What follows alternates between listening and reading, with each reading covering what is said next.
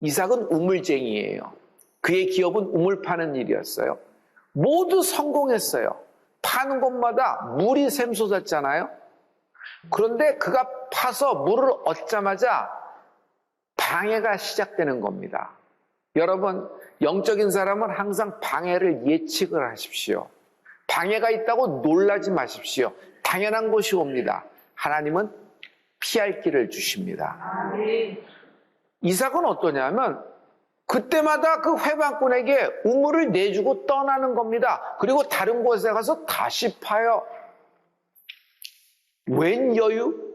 한 번 또 주고 가요. 2번, 3번, 4번, 5번, 6번 다 파는데 물을 얻었지만 회방꾼이 나타나고 뭘 궁시렁궁시렁 되면 주고 떠나서 이렇게 하는데 6번 판 우물 모두가 성공하는 겁니다. 6번 기업을 했는데 6번의 기업 모두 다 성공을 시키는 거예요. 셈의 근원을 얻었어요, 이삭은. 여러분, 셈의 근원을 얻는 인생이 될지어다. 이삭이 인생을 봐도 내려놓는 것의 특징을 알 수 있어요. 이삭은 어렸을 때 아버지 아브라함과 함께 모리아산 올라가서 너의 독자 아들을 내게 번제로 바치라는 말씀에 아브라함은 이삭을 내려놨잖아요. 이삭은 어때요? 철없던 때가 아니에요.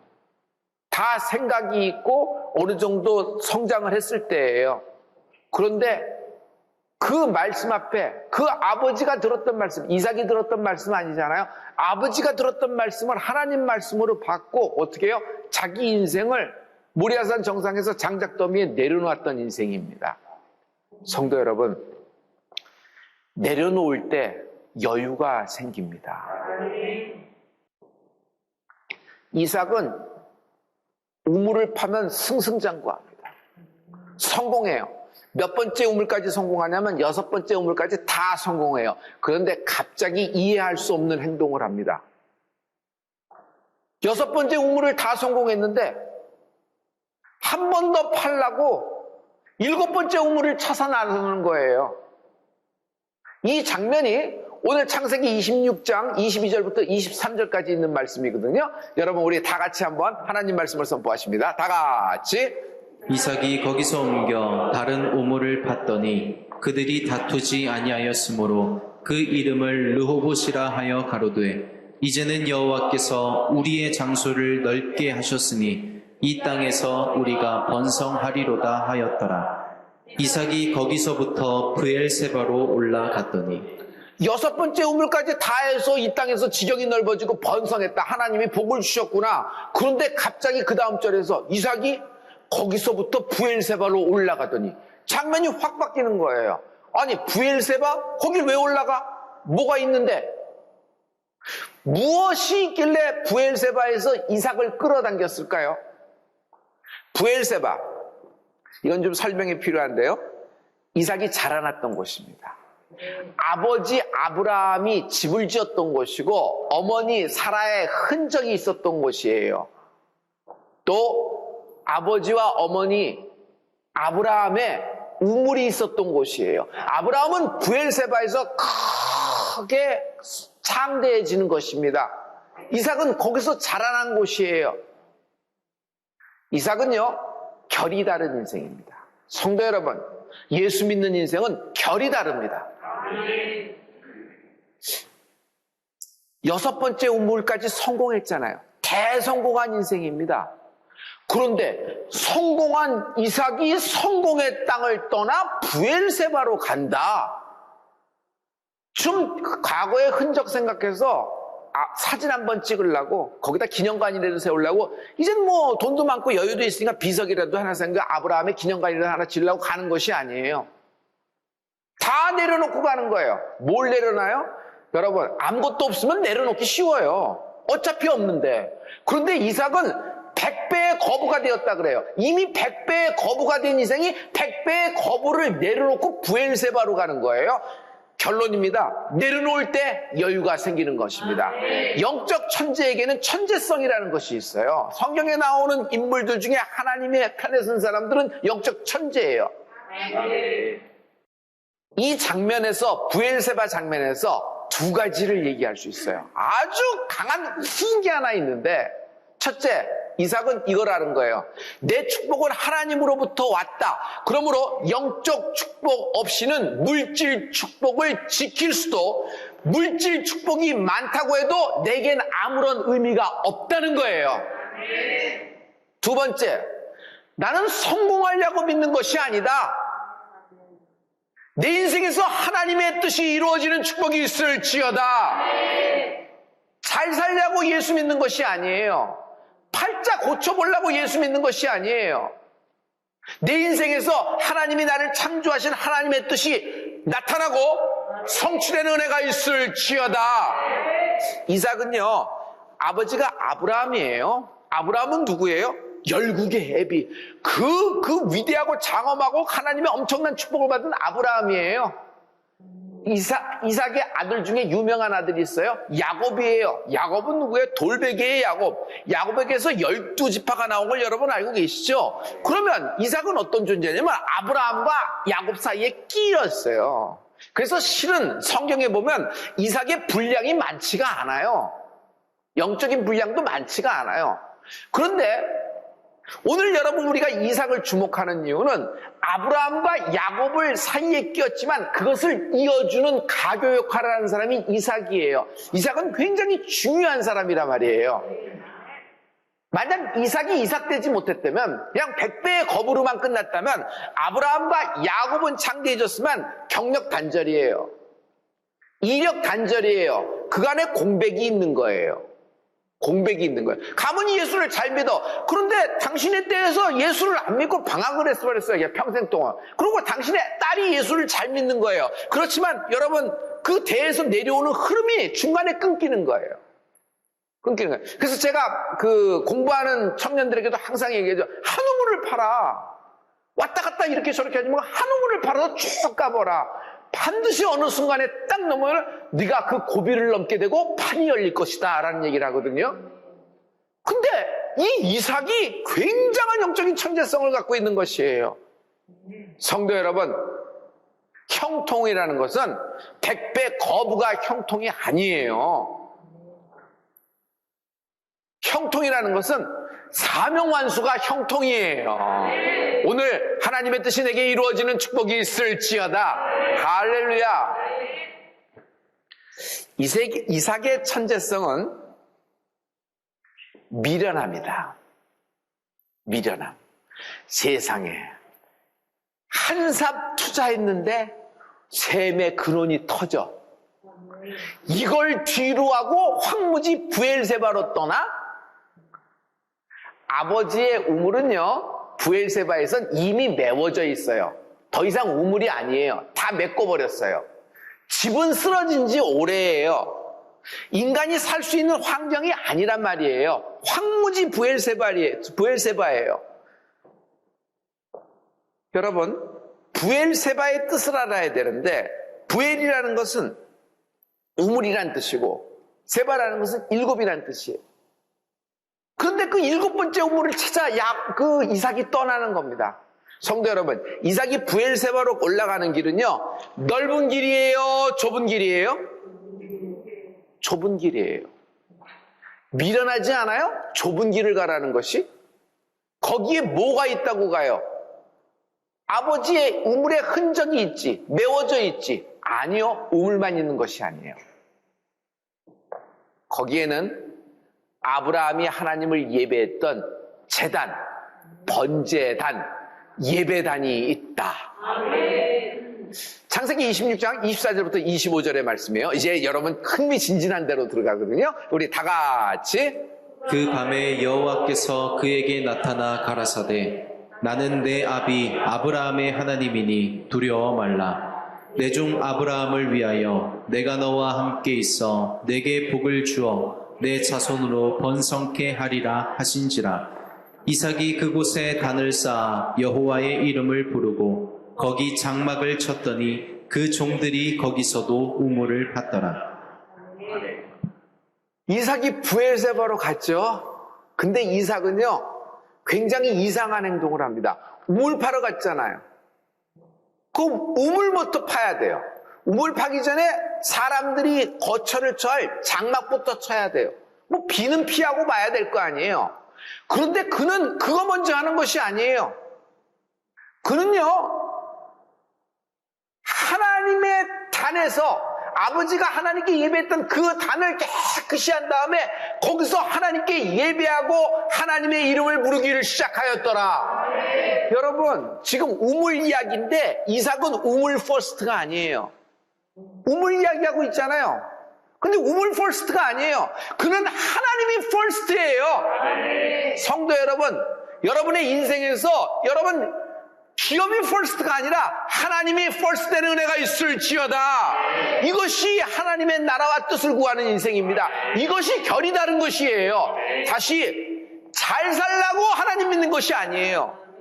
100배 거부되려고 하나님 믿는 것이 아니에요. 어떻게 해야지 한 번 딱 샀는데 한 평이 1000평이 되냐, 1000평이 10만 평이 되느냐, 이걸 따지려고, 이걸 하려고 예수 믿는 것이 아니란 말이에요. 이삭에겐 100배의 거부는 아무것도 아니에요. 이미 다 성공하고 남이 부러워하는 인생이 되었지만 그는요, 황무지 부엘세바로 갑니다. 왜?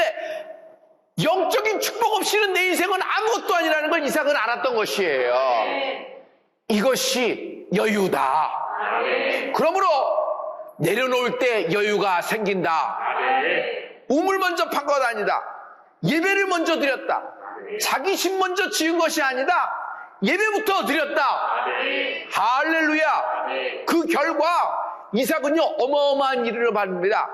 아니, 그 밤이 언제예요? 하나님께 부엘세바 아버지가 드렸던 번제단에서 다시 예배를 시작하고 하나님께 예배하기를 시작했을 때 하나님은 그 밤에 이삭을 만나 주십니다.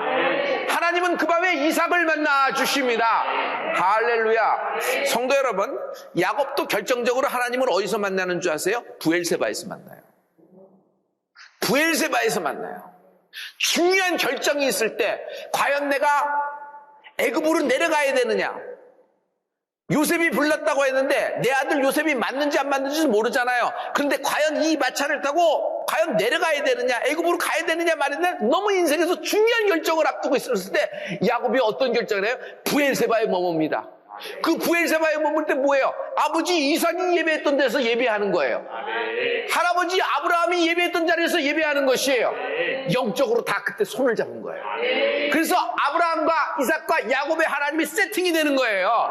그리고 하나님은 그 밤에 부엘세바에서 야곱에게 나타나 만나 주신다. 야곱, 애굽으로 내려가는 걸 두려워하지 말라. 애굽에서 부른 자가 네 아들 맞다. 요셉이 죽지 않고 살아서 널 기다린다. 내려가거라. 그 말씀을 듣고 국경을 넘어갑니다. 부엘세바에서 애굽으로 내려가서 그 내려가는 게 굉장히 중요해요. 거기 내려가서 야곱은 12아들과 함께 민족을 이루는 것입니다. 할렐루야. 여러분, 오늘 응답을 받는 날입니다. 그렇게 예배했더니 우물을 팠더니 다시 그 우물에서 샘의 근원을 찾는 것이에요. 이삭은 평생 7번째 우물을 얻는 거예요. 7. 부엘세바 7번째 이삭의 우물은 우물이 아니라 바다다. 고래 한 마리가 있어요. 그러나 고래는 강에서도 연못에서도 수족관에도 못 삽니다. 고래는 바다가 필요합니다. 집채만한 고래, 폭풍이 불 때는 심해로 들어가 유영을 하고, 날이 밝아 햇빛이 쫙 내려칠 때, 또는 깜깜한 밤에 별빛이 바다 위로 탁 쏟아질 때, 고래는 수면 위로 올라가 자기 새끼들과 함께, 자기 남편과 함께 군락을 이루면서 껑충 뛰며 쳐야 합니다. 그 옆에는 돌고래떼가 뛰고요. 입을 열어서 바닷물을 몇 톤씩 확 마셔들이면 새우와 플랑크톤이 들어와서 고래의 먹이가 되고, 나머지 물은 힘껏 쫙 할 때 등 뒤에 난 구멍으로 물분수처럼 쫙 올라가는 것이 고래입니다. 여러분, 고래에겐 바다가 필요합니다. 여러분, 하나님이 여러분에게 주신 꿈이라는 것은 고래입니다. 그러나 그 꿈은 그대로 두면은 죽어요. 그 꿈을 가진 사람은 반드시 바다를 만나야 돼요. 할렐루야, 할렐루야. 오늘 이삭이 7번째 우물에서 바다를 만났잖아요. 아니, 7번째 우물은 우물이 아니라 이삭에겐 바다가 된 거예요. 여러분에게도 이런 동일한 역사가 있을 줄 믿습니다. 할렐루야. 여러분, 영적 천재 가만 봐요. 미련해요. 영적 천재성이라는 건 미련한 거예요. 세상 앞에 그냥 미련한 거예요. 미련한 거예요. 미련하다는 뜻이 뭐예요? 내려놓는다. 내려놓을 때 여유가 생긴다. 이삭의 아내, 이삭은 우물쟁이였죠. 그의 아내 리브가는 우물 퍼올리는 여인이었죠. 그래서 부부가 아주 합작이에요. 한 사람은 파고 한 사람은 퍼올리니 이게 얼마나 잘 되는 기업이에요. 이 부부가 참 팀이 맞았잖아요. 여러분, 이 부부가 손잡고 기도하는 은혜가 있을지어다. 할렐루야. 그런데 리브가는요, 어느 정도의 여인인 줄 아세요? 굉장히 미련해요. 그 여자도 영적 천재성이 있는데 이제 아브라함 집 며느리로 결정이 됐으니까 나같이 떠나자. 그런데 가족들이 반대하는 거예요. 아니 그래도 한 1년만 아니면 한 6개월만 한 석 달만이라도 뭐 신부 준비도 해야 되고 그리고 우리가 이별의 정도 나눠야 되고 뭐 이러니까 좀 있어라 좀 있거다 이렇게 하면 되지 뭘 갑자기 떠나는데 아니 리브가가 주섬주섬 가방을 다 쓰더니 그 아브라함의 하인 보고 빨리 앞장서세요. 난 어차피 아브라함 며느리고 나는 이삭의 아내니까 이제 나 가야 됩니다 하고 출발을 하는 거예요. 그래서 당장 출발했어요. 엘리에셀은 그 집에 와서 리브가의 집에 와서 뭐 쉬지도 못하고 그냥 리브가 때문에 혼란합니다. 뭐 이렇게 미련할 정도로 서두르고 뭐 이렇게 하나는데 잘 보세요. 저는 거기서 리브가의 천재성을 봅니다. 영적 천재성을 봐요. 리브가가 거기서 시간을 끌다가는 이도저도 안 돼요. 왜냐하면 그의 오빠가 라반이에요. 라반이 누군지 아세요? 야곱이 라반의 집에 왔을 때 레아와 라헬리로 7년 머슴살을 시켰던 그 삼촌 기억하시죠? 리브가의 오빠예요. 리브가의 오빠는 돈 계산이 빨라요. 재물만 보면 견적이 나오는 사람이에요. 그래서 아브라함의 종이 왔을 때 낙타 몇 필이 왔지? 갖고 온 게 뭐지? 금방 빨라요. 만약 리브가가 거기서 우물쭈물했으면요 무슨 일이 생기냐면 꼬여요. 누구 때문에? 자기 오빠 때문에 꼬여요. 리브가는 잘 알고 있었어요. 자기 오빠가 어떤 캐릭터인지, 어떤 스탠스를 갖고 있는지. 그러면 잘못하다 나도 망하고 오빠도 망하고 우리 집도 망한다. 그럼 오빠도 살리고 나도 살리고 우리 집안을 살릴 수 있는 길은 뭐냐? 내가 다 내려놓고 아브라함 집으로 출발을 하는 거다. 성도 여러분, 결정할 때 결정해야지 결정당하지 않는 인생을 사는 거예요. 남이 나의 인생을 결정하는 것처럼 초라한 게 어디 있어요? 하나님이 내게 주신 인생인데 여러분 결정은 하나님 앞에 내려놓는 거예요. 하나님이 결정 지어 주실 것입니다. 할렐루야. 내려놓을 때 여유가 생긴다. 하나님의 미련함.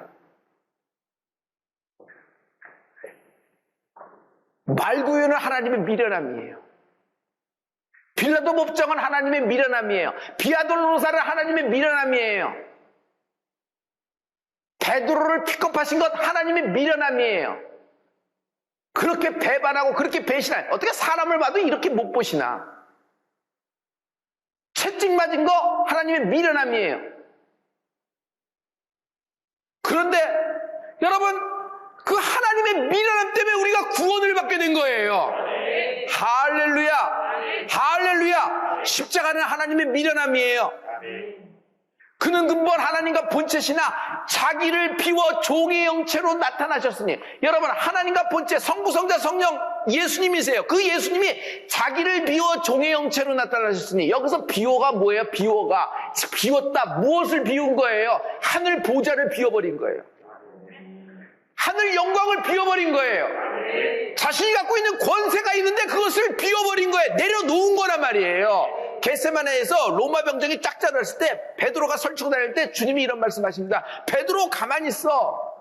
내 말 한마디면 천사들이 동원해서 12명이나 되는 천사들이 동원해서 이까짓것 못할 줄 아느냐. 그러나 내가 그렇게 하면 이것이 무엇이 되겠느냐 하면서 겟세마네는 자신이 갖고 있는 권세를 내려놓으신 곳이란 말이에요. 자신의 위엄을 내려놓은 것이에요. 성도 여러분, 지금 심지 않으면 미래에 거둘 것이 없어요. 기적은 있어요.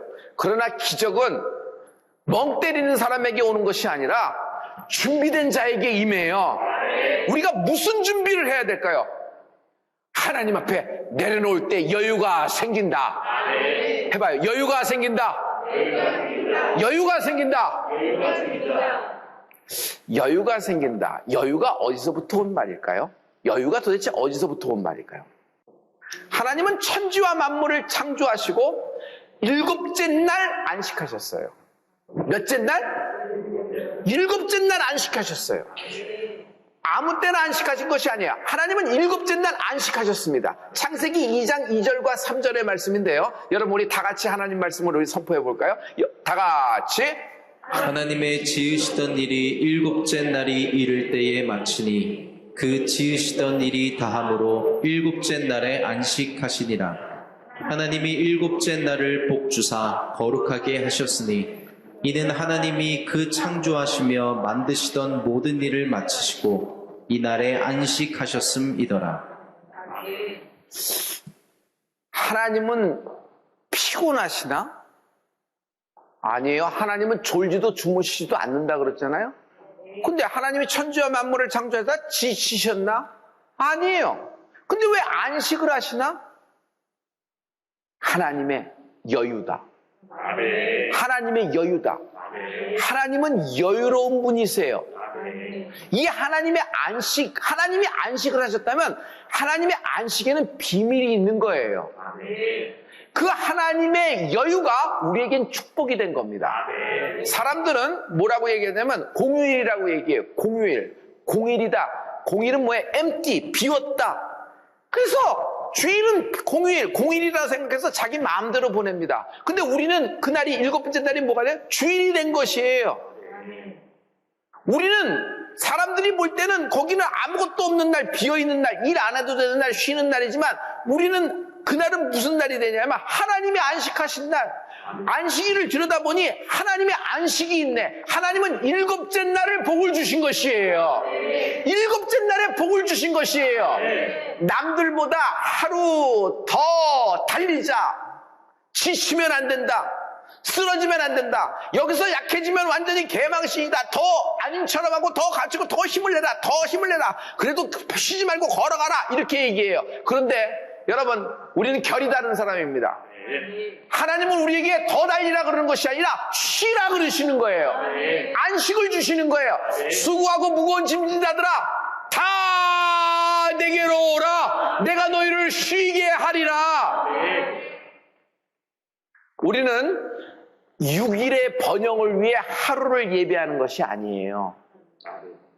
6일의 번영을 위해서 6일의 갑부의 인생, 6일의 월화수목금토의 그 거부의 인생을 위해서 오늘 하루를 예배하는 사람이 아니에요.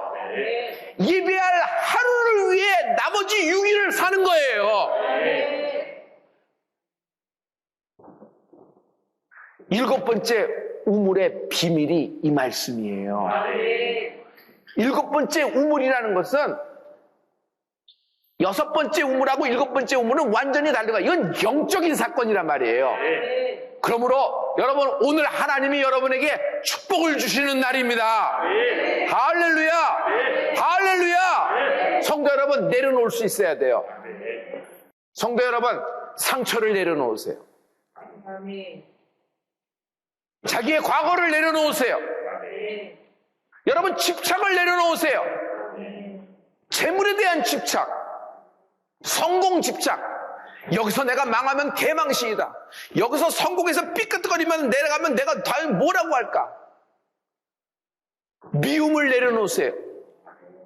질투를 내려놓으세요. 성도 여러분, 나의 판단을 내려놓으세요. 심지어 내 경험을 내려놓으세요. 내 경험과 내 생각과 내 지식으로 결정하잖아요. 여러분 이것을 내려놓으세요. 여러분 올해 여러분의 계획을 한번 하나님 앞에 내려놓으세요. 여러분의 빚, 마통, 여러분의 나이, 여러분이 하고자 하는 모든 것들을 하나님 앞에 내려놓으세요. 할렐루야. 하나님은 여러분이 내려놓을 때 여유를 선물하실 겁니다.